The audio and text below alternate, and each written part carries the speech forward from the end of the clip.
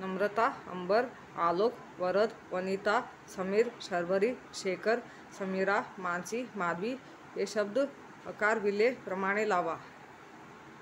मराठीत प्रथम शब्द हे अ पासून सुरू होतात. ते पुढे स्वर संपल्यावर क, क, ग या व्यंजनांनी सुरू होऊन ञ च्या बाराखडीपर्यंत. थोडक्यात अक्षरक्रमानुसार शब्द मांडणीला अकार विल्ह्यानुसार मांडणी म्हणतात. अकार विल्हे शब्दांची मांडणी करण्यासाठी खालील 2 प्रकार आहेत. बाराखडीनुसार. प्रथम शब्द हे अ पासून सुरू होतात. ते पुढे स्वर संपल्यावर क, क, ग या व्यंजनांनी सुरू होऊन ञ च्या बाराखडीपर्यंत. क्रमांकानुसार. प्रथम क्रमांक हे 1 पासून सुरू होतात. ते पुढे 2, 3, 4, 5 अनंत कडे जातात. तुम्हाला पाठातील एखाद्या शब्दाचा अर्थ शोधायचा असेल तर यापुढे तुम्ही तो कसा शोधाल उदाहरण सांगा. पाठातील शब्दांचा अर्थ जर आपल्याला बरोबर माहिती असला तर आपल्याला पाठ चांगला समजतो. परीक्षेत अचूक उत्तरे लिहिता येतात. प्रत्येक पाठ कविते शेवटी अवघड प्रश्नांचे अर्थ दिलेले असतात. तुम्ही ते पण बघू शकतात. जर मला पाठातील एखाद्या शब्दाचा अर्थ शोधावयाचा असेल तर मी त्या शब्दकोशात शोधण्याचा प्रयत्न करेन.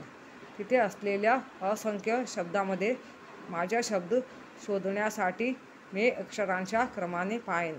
म्हणजेच त्या शब्दाचे पहिले अक्षर आणि त्यापासून सुरू होणाऱ्या शब्दांच्या यादीत शब्द शोधून त्याचा अर्थ पाहीन. शब्दकोशाचा तुम्हाला कळलेला उपयोग तुमच्या शब्दांत सांगा. शब्दकोश हा शब्दांचा अचूक अर्थ समजून देण्यात फार मदत करतो.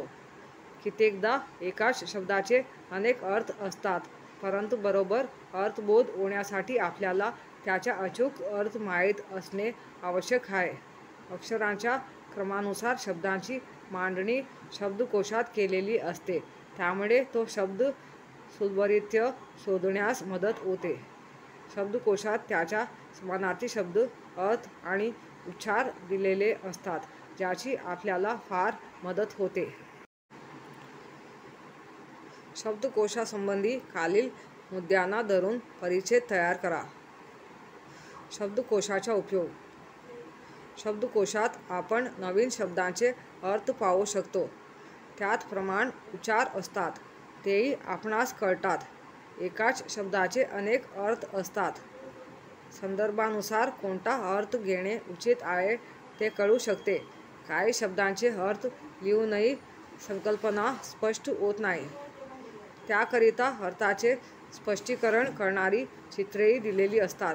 त्यावरून त्या शब्दाचा अर्थ कळतो. अशा प्रकारे शब्दकोश समर्पक अर्थ सांगतात. शब्दकोश पाहण्याची उद्दिष्टे. भाषिक समृद्धीसाठी प्रत्येक शब्दाचा योग्य अर्थ माहीत करून घ्यावा लागतो. त्यासाठी शब्दकोश पाहणे गरजेचे असते. प्रत्येक शब्दाचा अर्थ कळणे, त्या अर्थाच्या छटा समजणे ही प्रमुख उद्दिष्टे आहेत. शब्दकोश म्हणजे काय हे कळण्यासाठी तो प्रत्यक्ष पाहणे, शब्दकोश हाताळता येणे आवश्यक असते. शब्दकोशाची गरज व महत्त्व लक्षात घेणे हे शब्दकोश पाहण्याचे उद्दिष्ट आहे.